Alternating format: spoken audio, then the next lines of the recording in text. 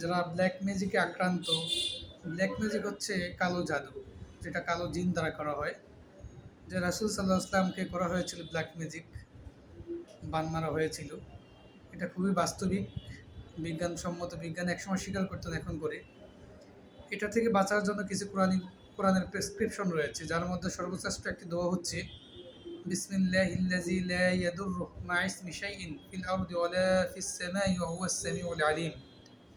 এই দোয়াটি আমার জীবনের সাথে ওতপ্রোতভাবে জড়িত। এটা দ্বারা আমি অনেক উপকার পেয়েছি।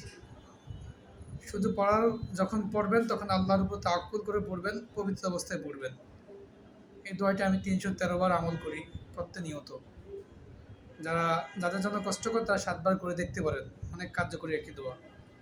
আল্লাহ তাআলা আপনাকে হয়তো শিফা দান করতে পারেন।